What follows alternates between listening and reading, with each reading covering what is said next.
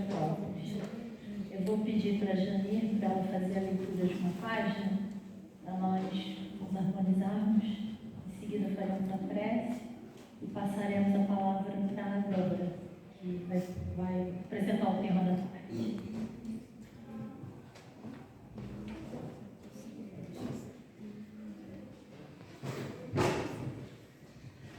Boa tarde.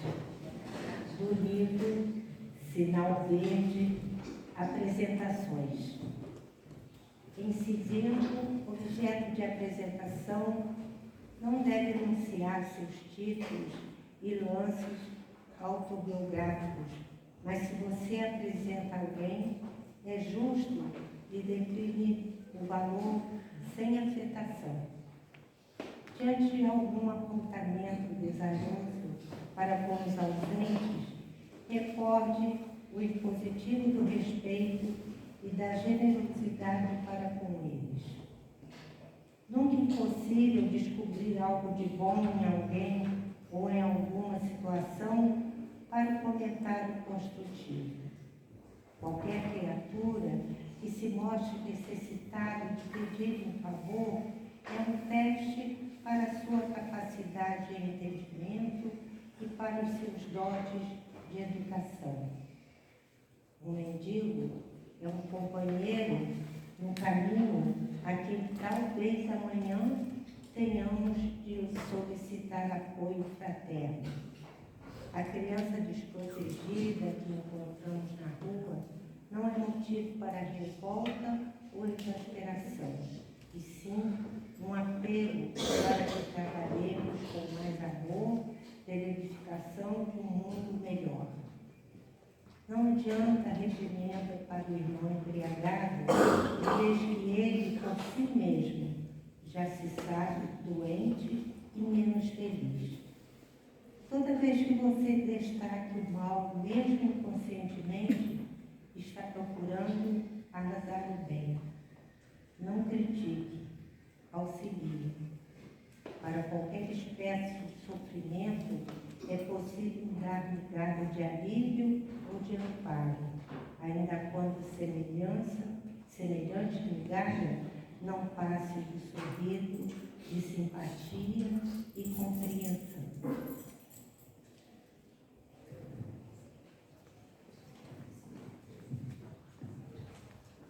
E assim, meus irmãos, aproveitando as boas vibrações trazidas pela leitura edificante, vamos elevar nossos pensamentos, vamos esquecer temporariamente dos percalços do dia a dia e vamos orar. E assim, Jesus, aqui estamos mais uma vez reunidos para conversarmos um pouquinho sobre essa doutrina amorosa, essa doutrina que nos abraça, essa doutrina que tanto bem nos traz, Senhor. Te agradecemos por essa oportunidade, te agradecemos pela oportunidade de estarmos nessa casa amorosa, te agradecemos por essa encarnação, pela nossa saúde, pelo teto, pelo agasalho, pelo alimento. Enfim, Senhor, muito temos a te agradecer. E nesse momento de oração, te pedimos também, Senhor, que abençoe cada um de nós, encarnados e desencarnados, que abençoe a nossa casa, aos seus tarefeiros, aos seus frequentadores, as tarefas que nesse momento estão se desenrolando em todos os pavimentos da sua unidade. E aproveitamos também para pedir que abençoe grandemente a nossa querida Débora, que será responsável pela apresentação do tema dessa tarde. Muito obrigada, mestre querido, possas estar conosco hoje e sempre. Assim seja.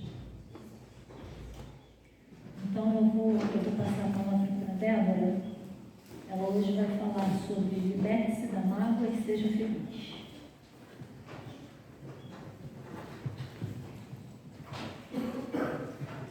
Boa tarde a todos. Que consigamos passar aqui uns minutos que aqueçam o nosso coração, porque a gente está precisando de aquecimento, né? Com muito frio. Então, que a gente consiga conversar, refletir e aquecer um pouquinho a nossa Livre-se da mágoa e seja feliz. É algo simples quando a gente vê esse tema aí. Nossa, eu faço isso todos os dias, é tão fácil. Vamos ver se é. E aí, como sempre, a gente traz as definições iniciais para que a gente tenha um pouquinho de noção sobre o que a gente vai conversar, né? Então, vamos mergulhar no dicionário, vamos mergulhar na psicologia, vamos mergulhar no pensamento de Jung, que é muito próximo do que a doutrina espírita nos fala, e depois nós vamos focar no que a doutrina nos ensina, que assim a gente vai fazendo um percurso de entendimento mais fácil. Tá? Eu vou ler, mas a gente conversa, vocês já sabem como é que a gente faz aí os nossos estudos. O que é mágoa? No dicionário Aurélio, mágoa é definida como um sentimento de dor, tristeza ou ressentimento causado por uma ofensa, decepção ou desilusão. Pode ser entendido como um estado de espírito melindrado, ofendido ou ressentido, ou como uma tristeza interior. E aqui eu grifei as palavras que a gente vai conversar um pouco mais essa tarde, que é dor e tristeza. Se nós pudéssemos definir mágoa, nós diríamos que é uma profunda tristeza misturada com raiva. A dor traz raiva. Então, por isso que a mágoa é tão complicado da gente entender esse sentimento, porque ele é duplo. São duas raízes que o faz. Então, para conseguir estipar a mágoa, a gente tem que estipar duas fontes. A da raiva, a da dor, e essa tristeza que chega até o nosso coração. Seguindo, em termos psicológicos, é um estado emocional que se manifesta quando uma pessoa se sente injustiçada, traída ou ferida emocionalmente. É uma resposta a uma situação percebida como negativa e que causa dor ou sofrimento. Então acontece uma situação, eu não gosto daquilo e eu me sinto magoado. E aqui a gente começa a fazer reflexões. Será que aquilo que aconteceu, eu precisava de cara não gostar? Será que na hora que eu fico com raiva, com tristeza profunda, eu consigo analisar toda a situação ou eu de imediato já me envolvo nessa amargura que a mágoa me traz e não reflito mais? Porque a maioria de nós é assim. Quando acontece alguma coisa de contrário ao nosso desejo, ao nosso querer, a primeira coisa que nós fazemos é negar aquilo. E ficamos com raiva. Dependendo da situação, além da raiva, vem uma tristeza, uma decepção. Mas sempre existem outros olhares sobre uma situação. Quando nós observamos um prisma, que cor ele tem? Várias. Dependendo da localidade que cada um estiver, cada um vai ver um tom daquele prisma. E é um prisma só, né? Seguindo. Na perspectiva junguiana, a mágoa surge quando uma pessoa não consegue lidar com um evento, pessoa ou situação que lhe causou dor emocional, resultando em ressentimento, raiva reprimida e um impacto negativo no processo de individuação. O processo de individuação é quando o espírito está se fazendo o que ele é. Eu vim para esta encarnação como um espírito que me chama Débora. Então estou tentando ser Débora nessa encarnação. Na próxima, não sei qual vai ser meu nome, mas eu vou fazer de tudo para que eu seja melhor naquela vida, como eu tentei fazer nas vidas anteriores, espero eu. Mas assim, o processo de individuação é quando a gente coloca o nosso espírito no processo de desenvolvimento das potencialidades que ele tem. É isso. Mas em mundo, por que a gente trouxe ele? Na casa existe um estudo de Joana de Ângeles, com todos os livros que ela tem na abordagem junguiana sobre o foco da doutrina espírita. É um estudo maravilhoso, profundo, né? De vez em quando a gente fala dele, porque a gente participa dele, a gente tem que fazer propaganda, mas porque te faz refletir. Faz com que você olhe para dentro e observe que aquilo que te causou dor e tristeza, às vezes pode ser percebido com outro olhar. E esse outro olhar faz com que você tenha o título do tema, libertação daquilo que nos magoa e fazer com que a gente caminhe numa direção de felicidade. E a doutrina espírita diz o quê? Eu vou ler rápido, não é um texto pequeno, mas o principal é essa primeira parágrafo. A mágoa é do espírito Joana de Ângeles por Divaldo. E conversando lá com o Fernando, estava falando assim, gente, acabou. Agora a gente não vai ter mais livros da Joana psicografados, me deu uma tristeza. Enquanto nós tínhamos o canal do Divaldo, a gente sabia que virava e mexer, podia ter uma mensagem dela, me explicando Godoy, né? Agora, só espero ela reencarnar e a gente acessar essas informações se a gente não tiver aqui, não estiver do lado de lá, né? Porque a gente não sabe quando ela retorna. A gente só sabia que quando um subisse, o outro descesse, né? A gente ainda brinca assim. Então vamos seguir. A semelhança de ácido que corrói a superfície na qual se encontra, a mágoa desgasta a pouco e pouco as peças delicadas das engrenagens orgânicas do homem, destrambelhando-lhes os equipamentos muito delicados da organização psíquica. Resumo: quando a pessoa está magoada, ela pode causar uma doença no seu corpo físico. Esse é que é o problema.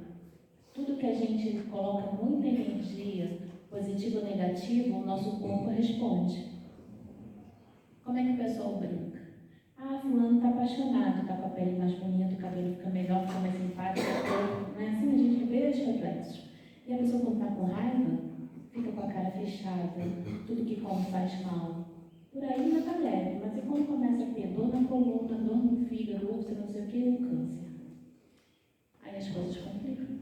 Então, Joana alerta que quando a gente pensa demais a ponto de só focar naquilo, naquela situação, naquela dor, automaticamente eu estou mostrando para o meu corpo que ele vai ter que extravasar aquele foco de energia em algum lugar. E aí onde nós temos o nosso calcanhar de Aquiles? Aonde o nosso corpo é mais frágil? Cada um de nós tem um ponto mais sensível. E às vezes é ali que vai ser o foco dessa grande doença. Então, seguindo. A mágoa é conselheira impiedosa e artesã de males cujos efeitos são imprevisíveis. Olha como é que às vezes a gente falta com um pouco de consciência. Eu estou com raiva de uma situação porque algumas pessoas fizeram XYZ. Tá, aconteceu. Eu tive como mudar aquilo? Não. Aí eu fico com raiva e fico triste. Mas essa raiva, essas tristezas são minhas, vocês concordam? Vai fazer mal a quem? A mim? Ao XYZ, eles nem sabem que eu estou chateada. Então eu acabo dando um tiro no próprio pé, como diz o ditado por aí.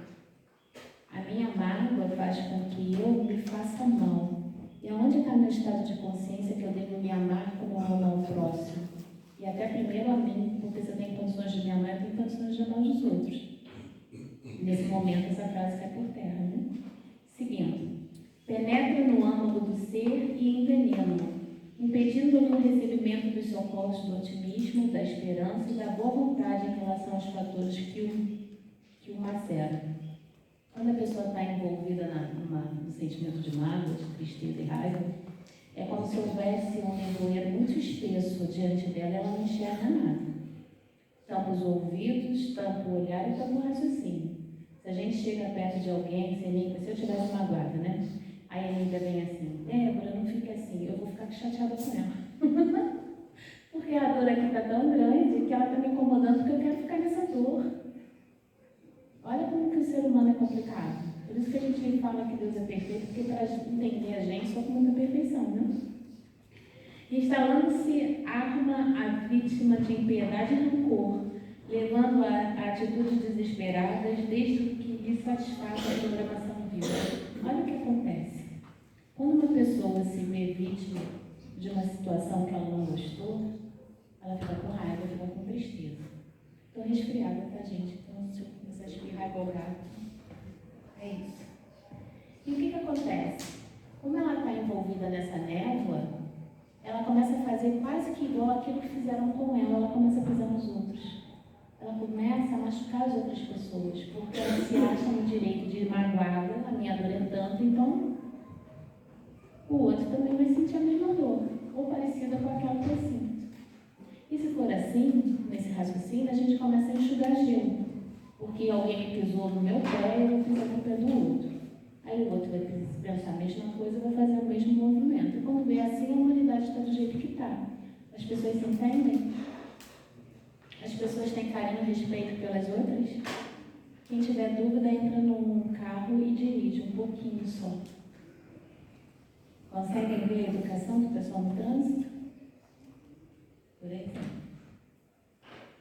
Exala amargura e desconforto, expulsando as pessoas que intentam contribuir para a mudança de estado, graças às altas cargas vibratórias negativas que exteriorizam o mau humor e azedume. O que acontece? Quando eu estou com aquela névoazinha negra diante de mim, envolta em mim, os meus chakras, que são meus pontos de concentração de energia do meu corpo físico, que os principais são 7, mas pela filosofia oriental medicina chinesa tem mais, Cecília sabe disso, porque a Cecília está lá. Mas a gente basicamente estuda os 7 principais. Quando eu estou magoada, eu fecho. O campo vibratório desses chakras que captam e recebem energia se fecham. Por isso que o corpo físico adoece. E é por isso que é tão difícil você estar perto de uma pessoa que emite essa energia negativa. Você não aguenta ficar perto. Qual de vocês já passou situações de que vocês falam assim, nossa, essa pessoa que chega perto de mim começa a me dar um jogo, uma dor de cabeça, eu tenho que sair de perto, senão não dá não. Que energia que ela está vibrando? Às vezes é uma pessoa que briga com a vida, com Deus, com o dia, com tudo. É aquela pessoa que de manhã, quando recebe um bom dia, responde assim, bom dia por quê? Ela está amarga, que a vida dela está ruim. Talvez a vida não esteja ruim, mas ela está vendo a vida ruim. E ela está nessa nuvem que envolve de uma tal forma que ela não enxerga a luz. Quando as pessoas estão agressivas, a primeira coisa que a gente tem que fazer é frear o movimento em relação a ela.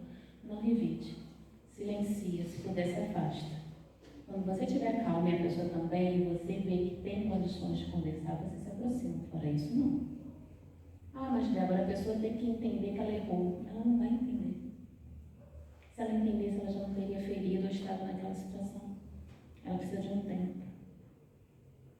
Então, cabe a nós, na maioria das vezes, ter a caridade e a paciência de dar o tempo que essa pessoa precisa. Nossa, alguém me fez mal. Tudo bem. A atitude foi de quem? Da pessoa. Eu sinto, estou magoada, estou triste, não entendi, não gostei, é um sentimento meu.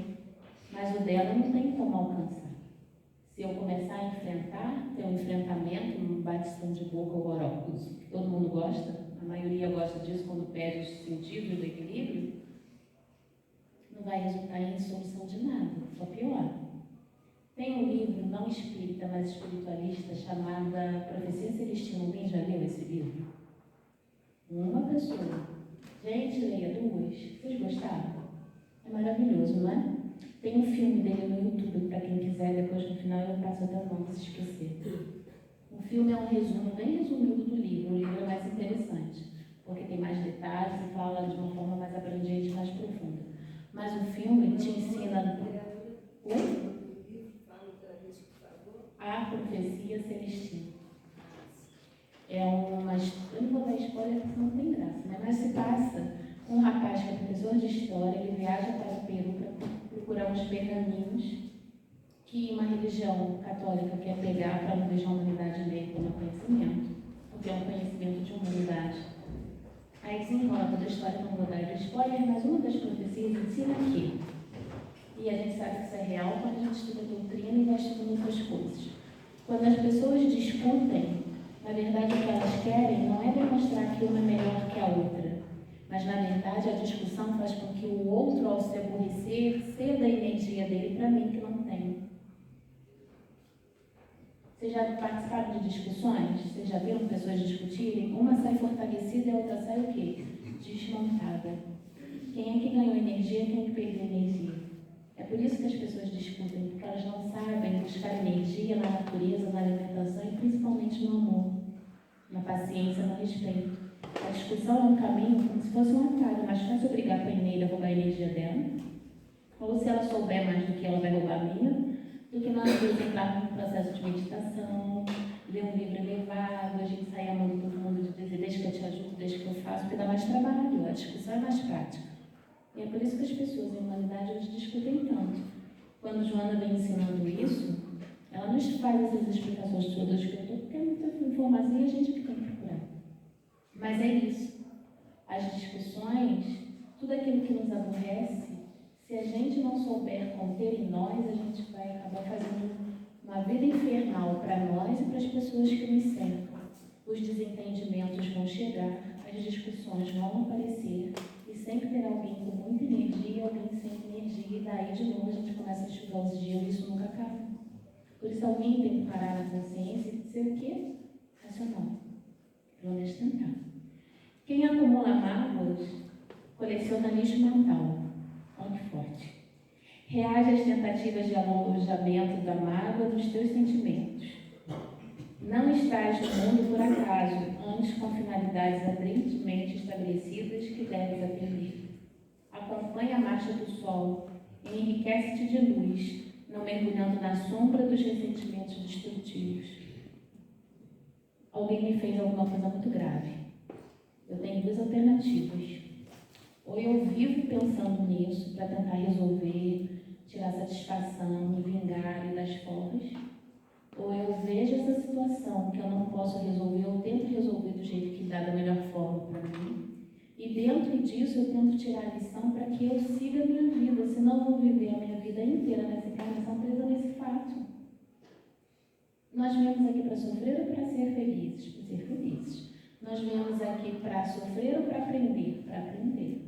Então nós precisamos aprender a virar a folha, a página da vida, principalmente das situações ruins.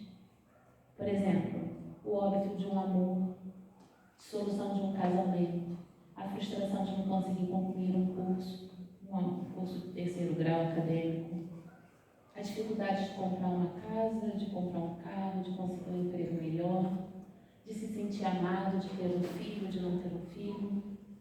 São situações na vida que muitas pessoas entendem como um processo educacional e vira a folha e segue. E tem pessoas que moram nessa situação, o resto da vida vão ser amargas. Eu tenho um familiar meu que perdeu seu filho no terceiro ano de engenharia aqui no CP, já há muitos anos. E ela tinha mais 2 filhos.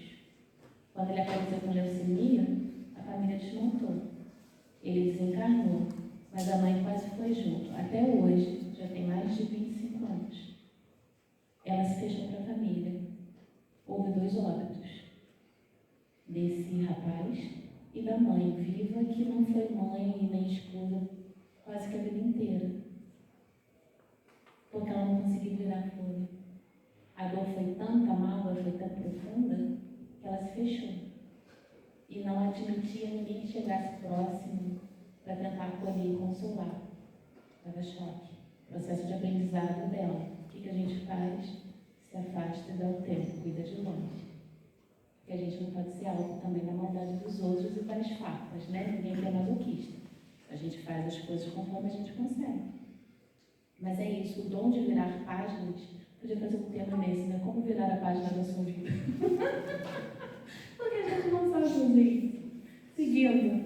Sorri ante o infortúnio, agradecendo a oportunidade de superá-lo através dos valores éticos e educativos que já possuis, poupando-te a consumpção de que é portadora, amado. Quando vem alguma frustração na nossa vida, isso não vem por maldade de Deus, descuido dele, que não nos viu naquele momento. Mas por que as dificuldades vêm?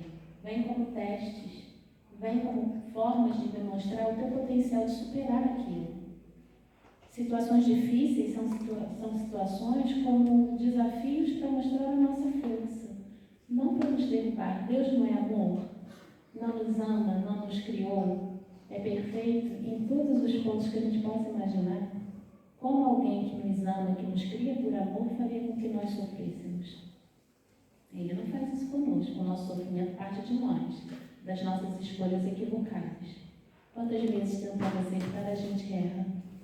Quantas vezes tentando resolver uma situação com uma pessoa a gente fala além do que devia e acaba magoando? Então, nas tentativas de ajudar, a gente às vezes atrapalha. Na tentativa de consertar, muitas vezes a gente escangalha. E tudo bem. O que a gente não pode é reincidir no erro. Seguindo uma parábola. Existia um homem rico que era um pouco, para não dizer muito, arrogante. E tinha uma festa enorme lá no seu reino, no seu palácio. E naquele momento em que ele estava comemorando com seus subordinados e iguais, bate a porta do mendigo e pede a ele comida. E ele fica enfurecido, mas ele resolve dar uma lição. Ah, é? Tá bom. É meu aniversário, mas eu vou te dar um presente. Pega uma caixa, manda colocar todos os lixos que tem no palácio, fecha, bota um maçarote, chama o mendigo na frente de todo mundo. Imagina a cena, gente. E entrega para o mendigo aquela caixa linda, cheia de lixo. O mendigo olha, obrigado, já volto. Sai para a caixa, vai em algum lugar, limpa a caixa, esteriliza, procura no jardim as melhores flores flores, coloca ali dentro, volta, fecha a caixa e entrega para o rei, para esse príncipe, para esse senhor. Esse é meu presente para você. Ele abre meio desconfiado, porque ele sabe o que ele deu, todo mundo viu, né? E aí ele fica espantado, porque tinham flores ali. E o mendigo diz a ele, cada um dá o que tem. Uma puxada de tapete, né? Tem uma história dessas, só que a nossa, aqui em Minas, Dona Beija, lembram dela, com Dom Pedro I? Quando ela vai para Araxá, e as damas de sociedade não gostam da presença dela, porque todos têm medo que ela vá roubar os seus maridos. E aí as mulheres se reúnem, pegam uma caixa também muito bonita e colocam estrumes de vaca e boi no pasto. E mandam um dos escravos ir lá entregar. Aí ela, só que a Dona Beija tinha uma coisa bonita como Princesa Isabel e Dom Pedro II, ela não fazia hierarquia, todos eram iguais. Os escravos que trabalhavam na casa dela, ela tratava de igual para igual. Então, quando ela está lá recortando algumas coisas, não, ela estava fazendo um vaso, picando flores para botar nos arranjos que ela estava fazendo. Chega um escravo dessas senhoras, mandaram entregar a caixa. E linda a caixa. Aí as escravas, nossa, que bom, não aceitaram a nossa presença aqui, né? Estão dando um presente, pôs em cima da mesa, abriu a caixa, o que tinha dentro? Estrume de vaca. Todo mundo das escravas ficaram revoltados. Nossa, mas como é que podem fazer isso com a senhora se não fez mal a ninguém? Ela só é incomodada pela beleza dela. Tudo bem. Ela ordena, pede às escravas lá no jardim colher as melhores rosas. Mas o que você vai fazer? Colher as melhores rosas e tragam para mim. Trouxeram, ela fez um belo buquê de rosas, pediu ao serviçal que havia levado a tal caixa, leve de volta e diga a elas que eu agradeço o presente que elas me deram. E só diga mais uma coisa, cada um dá o que tem. A vida não é assim? O que eu estou recebendo hoje? Está ruim? Tá. Então o que eu estou dando para a vida? Já que eu estou recebendo alguma coisa que não está boa. Minha vida está boa? Que bom. O que eu estou dando para a vida? Com certeza algumas coisas boas. Quem é o dono da nossa vida, se não nós mesmos? A vida é assim. Nós damos o que nós temos e a vida retribui na mesma proporção. De vez em quando vai testar e vai dar uma puxadinha meio que de tapete, que a gente vai fazer aqueles testes de força, vai. Mas se meu coração for bom, se meu espírito já for um pouco fortalecido, eu vou conseguir encontrar um caminho para solucionar os maiores problemas. Quantas pessoas com doenças terminais que vão ao médico e o médico desengana e diz não tem mais nada para fazer? Ela volta para casa e nesse momento dá nela aquela inspiração por procurar outras alternativas. Procura medicinas alternativas, procura vínculos religiosos, vai a vários lugares procurar e tudo bem, até que de repente você se encaixa em algum lugar e começa a viver aquilo ali com o coração aberto. Começa a melhorar fisicamente, vai ver um tempo, volta a fazer os exames, volta ao médico e sumiu o tumor. E o médico diz assim, o que você fez que sumiu se não era assim que ia acontecer? Quantos médicos não acreditam de pessoas terem sido curadas em cirurgias espirituais e tratamentos espirituais? Muitas. Por que a história delas mudou? Quem estava com o comando das suas vidas, senão elas mesmas? Lembra que Jesus, quando curava as pessoas, ele sempre perguntava, queres ser curado? Ele não chegava, vem cá, Inês, vem cá, Débora. Não. Ele perguntaria para nós duas, vocês querem ser curadas? Porque se o nosso interior não tiver ainda a capacidade de superar a si mesmo, a cura física vai ser temporária, eu vou adoecer de novo. Quando eu me proponho a ser curada, é um movimento de dentro para fora, e a doença realmente vai embora, porque ela só veio para me dar um alerta. Todos os problemas de saúde são como sinais te chamando, presta atenção, olha para aqui. O que você não está vendo? O que você esqueceu? Você cuida de todo mundo e não cuida de você.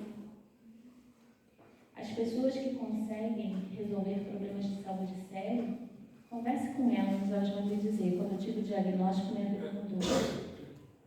Mudei minha alimentação, mudei de trabalho, mudei de casa, acabei com o casamento, botei limite nas pessoas. A pessoa vai fazendo transformações, porque aquilo tudo estava desperta, ela começa a distribuir uma palavrinha mágica, que todos nós temos muita dificuldade de falar. 3 letrinhas, com um artigo no meio. Não. Não vou fazer, não quero ir, não estou com vontade, não hoje, não, não e não. Por que a gente tem tanta dificuldade de dizer não? Por que tanto tempo da nossa vida a gente passa tentando ser boazinha e boazinha para agradar as pessoas? Porque a gente tem necessidade de se sentir amado e aceito. Só que a principal pessoa não nos ama, nós mesmos. Se eu me amo o suficiente, qualquer amor que vem externo acrescenta o que eu já tenho. Quando eu não me amo, eu dependo do amor dos outros. E aí eu me magoo, porque eles não fizeram do jeito que eu queria. Quando eu me mantenho nas próprias pernas na caminhada da vida, poucas coisas me atingem. Eu vou ficar triste, vou ficar chateada, sou humana, mas eu consigo encontrar um caminho e sair daquele buraco que tentaram me colocar. Porque eu me amo o suficiente para saber que eu não mereço sofrer. Se a minha vida dependesse do outro, o que seria de nós? Vocês já pararam para pensar nisso? Imagine a vida de vocês dependendo de uma pessoa que é difícil na vida de vocês, que não ama vocês, que tem dificuldade de relacionamento. Imagina se a sua vida dependesse dessa pessoa. Ia dar certo? Daquele chefe que pega no pé, né? Ou de um familiar que não é mais difícil, que você não tem nem como pedir demissão da família? Se a nossa vida dependesse dessa pessoa amarga, o que seria de nós? Então daí a gente começa a observar que a minha vida só depende de mim. O outro é um acessório bem-vindo quando me ama e faz eu crescer. Mas ele é dispensável quando ele me faz mal e quer me prejudicar, seja quem for. Isso dói? Muito. Mas se nós tivermos equilíbrio, naturalmente a gente não vai se envolver com ninguém que nos faça mal. Porque a nossa sintonia não permite que água e óleo se cruzem. Não existe uma história entre os meninos e meninas, principalmente adolescentes, a gente vê muito isso. Eu tenho um dedo podre. Eu só encontro namorado e namorado que me faz sofrer. Será que é o dedinho dele que está ruim? Ou é a sintonia toda dele como espírito que está ruim? Porque ninguém empurra ninguém para ninguém, vocês concordam? Alguém casa com inimigo, namora com inimigo? Se alguém está ao seu lado, é porque aquele alguém traz algo maravilhoso para você. E você tem sintonia capaz o suficiente para sentir isso. E você deixa que a vida te traga pessoas assim. Então não é o dedinho que está ruim, é a sintonia das pessoas que estão ruins. Por que eu consigo trabalhos que me humilham? Por que eu consigo trabalhos que me pagam mal e me fazem de escravos? Aonde eu estou sintonizando para eu só ter esse tipo de trabalho na minha vida? Será que são histórias de pai, mãe e tios que se repetem? Eu acredito que aquilo ali tem que se repetir eternamente. Antepassados viveram vidas difíceis. Se nós observarmos no nosso país, na nossa cidade, quantos avós e bisavós construíram tudo na mão, sem nada de conforto, sem facilidade nenhuma que nós temos hoje?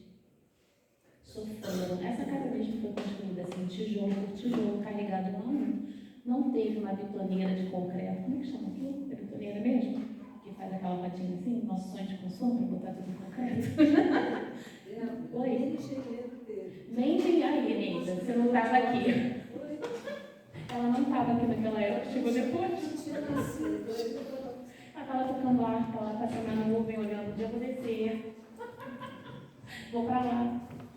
Mas por que isso? Essas pessoas sofreram muito para ter essa casa que hoje a gente pisa e respira dentro dela. E nós não vamos valorar isso. A roupa que nós vestimos não fomos nós que costuramos e compramos ela. Dependemos um do outro. Mas por que eu venho para um MEP e não vou para outro lugar? Porque aqui tem uma sintonia que me faz bem. Então, jamais, em momento nenhum, podemos criticar ninguém que vá a uma religião qualquer, que eu não seja simpatizante, até porque a minha falta de conhecimento me faz ficar simpatizado com uma coisa que eu... Sabe criança que nunca comeu diz que não gosta? Nós fazemos isso. Não gosto da religião X. Você conhece? Você já foi lá? Já viu? Não, é que eu não gosto. Maturidade. Bom, e por que a gente veio para cá? Sintonia, escolha nossa. Se nós não nos sentíssemos bem, aqui não estaríamos. O que nos fez sair de casa hoje para estar aqui essa hora, com esse céu lindo azul, apesar do frio, mas o mundo não é tarde para dar uma volta? Porque há algo maior no chão. E vamos seguindo aqui. Mas como nos livrar da mágoa? Nos livrarmos ou curarmos? A maioria de nós quer se livrar das coisas que fazem mal e não buscam a cura, que seria o entendimento do porquê daquilo que fazer mal. Tipo, o relacionamento que sempre é ruim, o trabalho que sempre é ruim. E qual a nossa melhor atitude? Nos curarmos. Buscarmos entender o porquê que essas coisas acontecem conosco. Tudo que vem para nós vem com o endereço certo. Deus não erra, concordam com isso? Deus não erra. Nós humanos, ainda inconscientes, na caminhada evolutiva da aprendizagem, a gente erra, está tentando acertar. Mas Deus não erra. Chega uma situação para nós, o que a gente faz? Eu não sei, deu desespero, eu fujo ou eu enfrento? Qual é o certo? O melhor, já que a vida não tem certo e errado, assim, escolhas melhores e piores, eu prefiro enfrentar. Porque se eu confio na providência divina, que me deu aquela situação que à primeira vista é difícil, se ele não erra, ele sabe que eu tenho capacidade de superar. Então eu vou enfrentar. E assim começaram os primeiros tijolos de construção dessa casa. Porque isso aqui era barranco, saímos, que é aguinha, mina. E olha só, quem olha de fora vê, o mapa é grande, tem 3 andares, né? Porque você vê as janelas. Mas entra aqui que você vai descobrir que tem 4, tem um quinto. E ela vai lá para dentro. Aqui atrás, se a gente pudesse ver, é saída, é barranco, é terra. E isso aconteceu como no estalar de Deus? Foi construído, tijolo por tijolo. E aqui veio um texto, que tipo uma frase da carta de Efésios de Paulo. Paulo saiu a peregrinar, a caminhar, escrevia cartas para as cidades que ele visitava e abriu, fundava uma igreja. Por isso as epístolas de Paulo. A gente explica assim, porque a gente sai repetindo um monte de coisa sem prestar atenção no que é o quê, né? Então a gente sempre tem oportunidade de falar. E a gente destacou só esse versículo que diz: irai-vos e não pequeis. Não se põe o sol sobre a vossa ira. Qual é a tradução dessa pequena frase? Sinta a raiva, sinta a tristeza, sinta toda a fúria que você puder sentir, porque uma situação saiu na contramão do que você queria, porque a pessoa foi grossa com você, te traiu, fez 500 coisas ruins. Sinta essa força, mas não mora aí. Não deixa que o sol vá embora no dia de hoje com esse sentimento dentro de você. Você tem um dia inteiro para refletir no porquê desse mal-estar enorme dentro de você. Mas quando o sol for embora, tomara que você já tenha consciência de que aquilo ali te trouxe uma lição. Descubra qual é essa lição. Para que no dia seguinte, quando o sol te ver novamente, você já esteja com o coração leve. Senão você não vai fazer aquela virada de página. O sol, no nosso sistema solar, ele nos mostra fases do dia, não é assim? Quem mora no Alasca, acho que é Alasca, né, gente? Que é 24 horas de sol, ia ser terrível, né? Se a gente ficar pensando na hora que o sol vai se pôr para dormir, a gente vai dormir com o sol. Deve fazer um fuso horário em nós, uma bagunça absurda. Mas nós não temos esse problema. Quando o dia está acabando, a gente precisa começar a refletir naquilo que me incomodou durante o dia. Lembra que Santo Agostinho fez essa reflexão antes de deitar? Das coisas boas e ruins que ele fez? Quando a gente está com peso aqui no chakra cardíaco, que é onde as nossas emoções batem, ninguém fala assim. Ou melhor, as pessoas falam assim, eu estou tão apaixonada, bota a mão aqui, né, no coração. Ou alguém já falou assim, eu estou tão apaixonada na cabeça. Quando você fala assim, eu estou com um problema, onde é que você põe a mão? No racional. Ninguém fala assim, eu estou com um problema, a não sei que você esteja com dor de barriga, mas ninguém bota a mão no plexo solar. Porque nós temos uma inteligência física desconhecida de nós muito grande. Então o sol que ilumina a nossa vida, que dá o fuso horário, ele vem indicar para nós que nós temos um tempo para resolver as coisas e que a gente precisa resolver o mais breve possível para que aquilo ali não cresça em nós. Porque se eu ficar remoendo algo que me fez mal e que me faz mal, o meu corpo vai gritar e vai dar um basta. Débora, chega, tá demais. Aí ela para desviar a sua atenção daquilo que você não conseguiu deixar de olhar sozinho. Eu tenho uma amiga muito amada que a paixão da vida dela sempre foi o pai. Meu pai, meu pai, meu pai, meu pai, e você já pensava assim, Senhor, como é que vai ser o dia que o pai dela for embora? Todo mundo vai, um dia, né? Ninguém fica para semente, como dizia minha avó. Um belo dia o pai vai embora. Ela ficou muito mal, gente. Ela ficou numa depressão, que você dava bom dia, ela já ficava assim, meu pai não está mais aqui, não tem nada mais de bom dia. E o tempo foi passando e ela naquele peso, que era difícil até conversar, porque sabe aquela pessoa que fica assim, sem até assunto, fica difícil, você arrasta para um lado e para o outro, a pessoa nem vai. O que aconteceu? Um belo dia o namorado já não estava mais aguentando aquela coisa difícil de mover. Falou assim, vamos sair? Não quero. Não, vamos sair. Você arruma que eu estou passando aí para te pegar. Aí ela se arrumou daquele jeito que vai ali na esquina, eu acho que de pijama, e apareceu na porta e disse assim, vamos embora. Não, estou incomodada, vamos embora. Ela foi saindo de casa, passou do portão, botou o pé na calçada. Quando ela abriu a porta do carro, do nada, ela tropeçou, caiu, quebrou a perna. Alguns dias engessada, alguns dias com dor na perna. Sabe o que aconteceu quando ela tirou o gesso e foi fazer fisioterapia e voltou a andar normal? A sintonia da perda do pai acabou.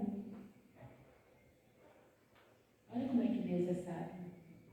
Quebrar a perna é bom, gente? É péssimo, mas para ela foi uma bênção. Porque ela mudou de sintonia. Ela não conseguiu ir sozinha na mudança. E como ela sempre foi um coração maravilhoso, Deus deu um jeitinho. Né? Tipo assim, já que você não vai por bem, vou dar um jeito aí para mudar essa sintonia. E aí, como é que nós nos curamos?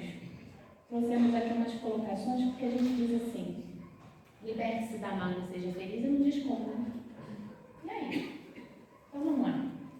Primeiro, que a gente tem que ter consciência, é um trabalho longo, a longo prazo. Não adianta eu virar para a Eneida e falar assim, Eneida, hoje sai daqui sem mágoa de nada. Você usa minha, né? É um trabalho que eu vou ter que fazer comigo hoje, amanhã, depois, até que as coisas vão amenizando. Então, é um trabalho a longo prazo. Inicialmente, ressignificar a situação, o ato ou o comportamento que foi ruim. Alguém pisou no meu pé, eu estou com a raiva danada da pessoa. Como é que é ressignificar? Primeiro é pensar, será que ela viu o meu pé ali? Ou ela estava com raiva mesmo de mim e pisou de propósito? Eu não sei. Mas eu vou dar uma carta de positividade, vou dizer que ela não viu que meu pé estava ali. Ela achou que o chão estava macio e ela estava usando meu dedinho. Porque quando eu começo a jogar bondade no ato negativo, sou eu que fico leve. Porque se ela pisou de propósito para me machucar, o erro está com quem? Com ela ou comigo? Com ela. Então, quando eu vejo uma situação difícil, eu tento de todo jeito encontrar alguma coisa positiva naquilo ali. Para começar a abrir um caminho, uma clareira no meio da escuridão. Senão eu fico mergulhada naquele poço de escuridão. Seguindo, desvalorizar o que consideramos ofensivo que nos feriu. Uma coisa que nós erramos muito é dar muito valor à opinião do outro, à palavra do outro. Não é que a gente vai sair por aí não considerando a palavra de ninguém, não ouvindo os conselhos. Não é isso. Mas as palavras ditas e a opinião do outro em relação à nossa vida tem limite. Ninguém pode mandar em mim, nem em vocês, nem pai nem mãe. Sabiam disso? Pai e mãe nós ouvimos até que a gente comece a criar consciência e comece a fazer as próprias escolhas. O pai e mãe vão continuar falando, a gente ouve o conselho, mas o Guilherme entregou. Quando a gente começa a estudar sobre paternidade e maternidade, a gente aprende que aquele homem e aquela mulher que são pai e mãe são seres humanos como nós, que podem acertar ou errar, não são perfeitos. Então, muitas vezes, a opinião dele, na visão dele, é o bom para ele, não é para nós. Isso machuca de pensar assim? Machuca, porque a gente olha para pai e mãe e sempre acha que eles são perfeitos e sempre tem razão. Até a hora que a gente começa a querer torcer para o time oposto. E aí o pai e a mãe começam a pegar no nosso pé e diz que a gente está errado. A gente só está trocando de time. Continuamos sendo os mesmos. Então, em matéria de espiritualidade, a gente precisa enxergar as pessoas como elas são. E aí, quando eu dou muito valor à opinião de alguém, eu perco a minha característica de espírito. O que Jesus falou? Vós sois luz, vós sois deuses, podeis fazer muito mais do que eu faço. Ele não disse para a gente ficar olhando para ninguém para copiar, nem a ele. Ele só disse para que a gente seguisse os ensinamentos dele, mas não que imitasse o jeito dele de ser. Tem muita diferença. Eu preciso fazer as minhas escolhas com o livre-arbítrio do bem e do mal. Não existem pais e mães que matam seus filhos? Não existem pais e mães agora, a gente sabe dessas histórias, naquelas favelas, em algum lugar, em alguma cidade, no mundo, que incita o filho a ir lá roubar e furtar, porque a lei não penaliza crianças menores de idade. E é pai e a mãe, como é que pode? Porque são espíritos ainda imperfeitos. Não é o cargo de paternidade e maternidade que faz as pessoas se tornarem perfeitas. Quem é perfeito no nosso planetinha que passou por aqui e foi morto por nós? Só Jesus. Todos nós estamos na caminhada do aprendizado. E na tentativa de acertar, como eu sempre falo, muitas vezes a gente erra, a gente se engana. Trazendo aqui um trecho do livro também de Joana, Conflitos Existenciais, diz assim: isso significa deixar de dar tanto valor a um fato, a um acontecimento, para que nosso coração se acalme. Olhe para frente e deixe de se apegar a tantas questões que já estão no passado. O que mais toma o meu tempo? É a construção do meu dia de hoje? A construção do meu futuro? Ou eu perco tempo olhando para o passado das coisas que já aconteceram, boas e ruins? Tem pessoas que vivem na nostalgia, vocês já viram isso? Ah, naquela época era assim, eu queria que fosse assado. E fica lá atrás. E ela não está construindo nada hoje. Se ela não constrói nada hoje, como é que vai ser o futuro dela? Não vai ser. Porque ela não está fazendo nada. Aí ela vai dizer, nossa, minha vida é tão ruim. Mas ela está fazendo alguma coisa com a vida dela? Não, ela está olhando para trás. Os nossos olhos no nosso corpo físico estão direcionados para onde? Só para vocês virem. Na nossa face ou na nossa nuca? Anda, gente, onde é que está? Para onde que a gente olha, então? Para o presente e para o futuro. Para trás, a gente só pega os exemplos das experiências vividas, mas eu não moro mais não. Se fôssemos para olhar o passado, os ensinamentos do Cristo teriam sido diferentes. Nenhum deles diz para que você olhe para trás, ele diz para honrar pai e mãe, mas no presente, no futuro. O que foi feito é aprendizado, mas olhe hoje e siga adiante. Não nos preocuparmos com a impunidade do agressor. O universo é regido por leis perfeitas, criadas por um Deus justo e bom. Nada fica sem correção.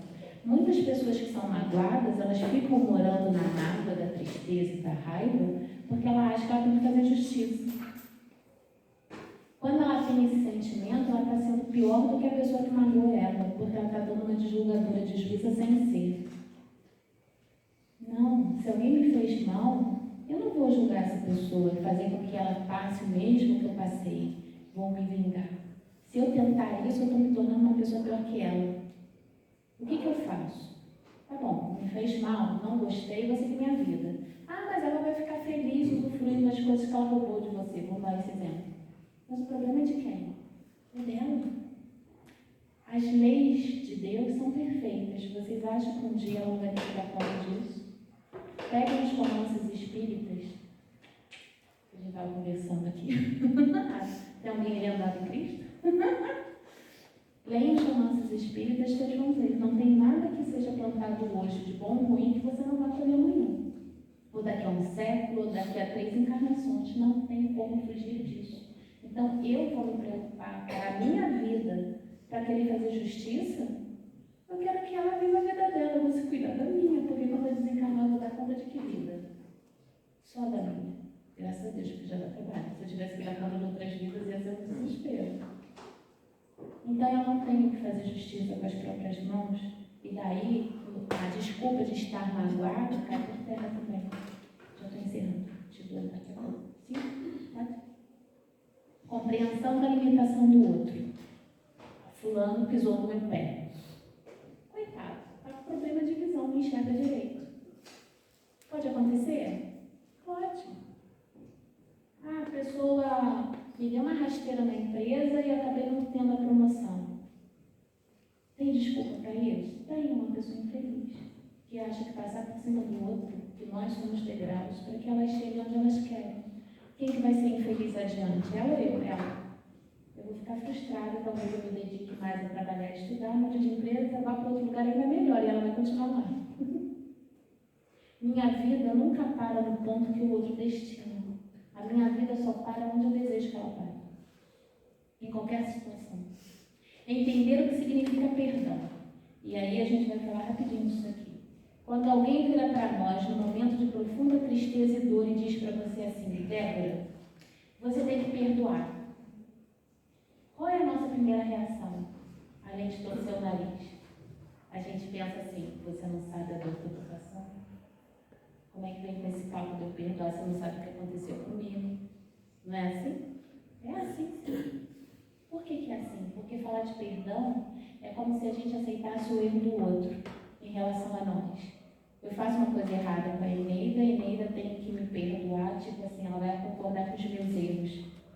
Isso é perdão? É entendimento? Nunca. Jamais. O que ela faz em relação a mim? Ela vai olhar para mim e vai dizer: a Débora só é limitada, só consegue fazer isso. O problema dela. Eu vou seguir minha vida. Perdoar é entender o limite do outro. É entender que o outro fala e faz coisas que ele está achando que é o melhor.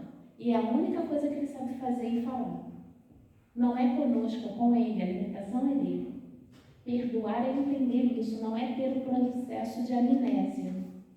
Alguém pisa no meu pé, eu fico feliz. Quando eu vejo no dia seguinte, aquela pisada que você deu no meu pé foi tão boa, fiquei a noite toda acordada pensando em você, que estava doendo. É assim, isso é hipocrisia. Você vai ver a pessoa, o que você vai fazer? Você vai dar 2 passos para trás para ela não pisar de novo. Você não vai se colocar à disposição para ela te fazer mal. Mas você não vai desejar mal a ela. Você não vai desejar que alguém pisa no pé dela pior que ela pisou no seu. Você vai entender que ela quebrou o salto, não viu seu pé, mas é problema dela com a vida, não é com você. Então, perdoar significa se libertar das algemas mentais, da intranquilidade e do sofrimento que fica arquivado. O perdoar é você entender sempre que aquilo que te aconteceu veio como uma lição para você. E aquela pessoa só foi instrumento. Quando nós observamos que o outro só serve de instrumento para que nós caminhemos melhor, fica mais fácil entender. E aí, o perdoar, que parece tão pesado de aceitar o erro, na verdade a gente aprende que é só entender que aquilo ali foi uma lição, que veio dessa forma torta. Mas eu não tenho que carregar a raiva daquela pessoa, daquelas pessoas o resto da minha vida, porque sou eu que estou me prejudicando quando eu faço isso. Refletindo, deixa eu ver onde eu estou.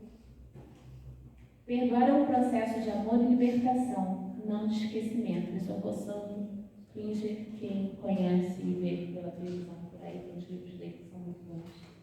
É isso.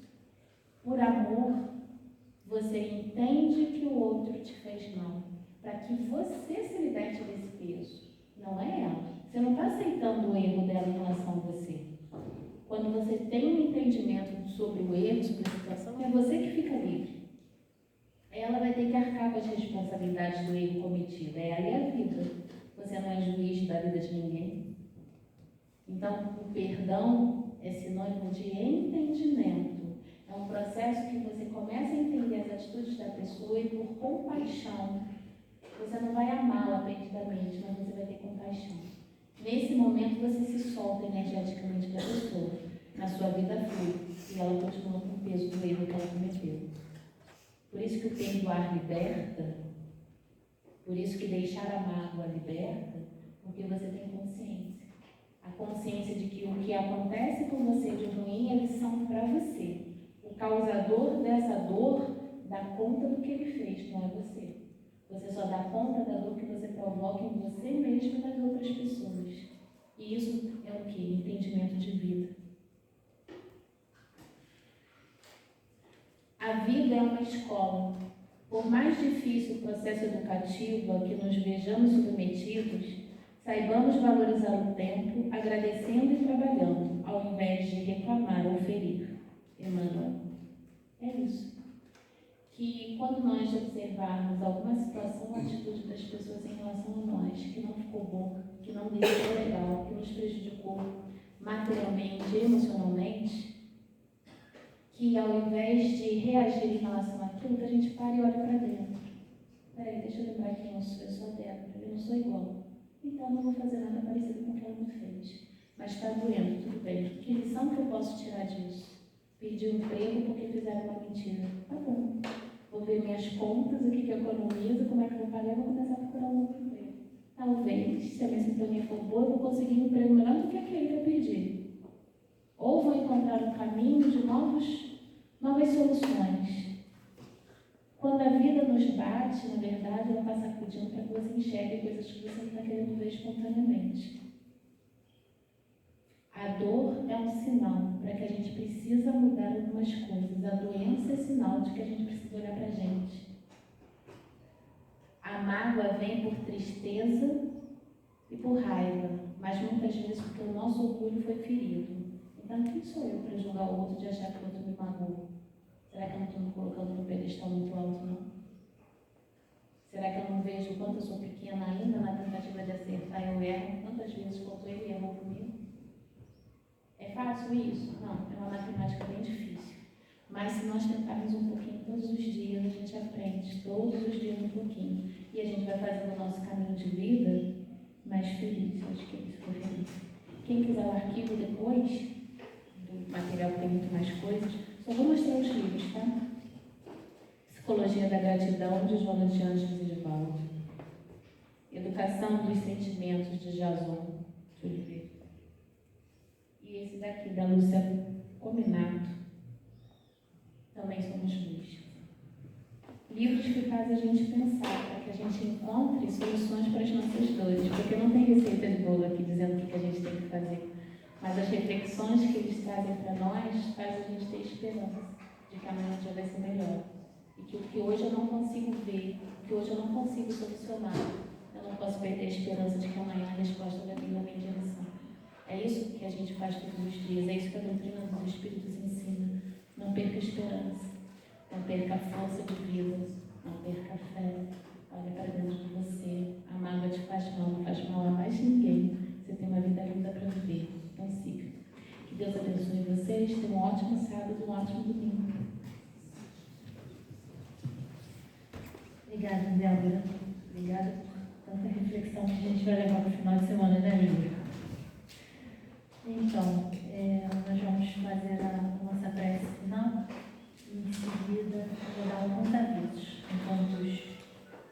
enquanto os colaboradores que aplicam o passe se recolhem, tá bom? Então vamos à nossa prece. E assim, Jesus, querido mestre, querido amigo, te agradecemos por todos esses momentos que aqui estivemos, absorvendo tantas coisas boas, frutos do estudo da nossa querida Débora, que gentilmente nos apresentou esse material riquíssimo, que podemos e devemos usar para a nossa reflexão, Senhor. Muito obrigada. Te pedimos também, Senhor, acompanhando cada um de nós, aos nossos lares, e que lá possamos encontrar a paz e o aconchego, Senhor. Abençoe a nossa Débora e que ela possa em breve nos trazer mais frutos do seu trabalho, do seu estudo e das suas reflexões íntimas. E assim, Jesus, te agradecemos e te pedimos para que fique conosco, Senhor, hoje e sempre. Que assim seja, graças a Deus. Então, meus irmãos, eu tenho alguns avisos para dar, só que antes eu queria saber se tem alguém nos visitando pela primeira vez. Seja muito bem-vindo. Seja muito bem-vindo. Mais alguém? Só vocês dois? Antes de vocês irem embora, vocês, por favor, me procurem, que a casa sempre dá um presente, dá um livro para quem nos visita pela primeira vez. Então, vocês, por favor, nos procurem. Tá bom? Agora eu tenho alguns avisos para dar, rapidamente. O primeiro deles é que nós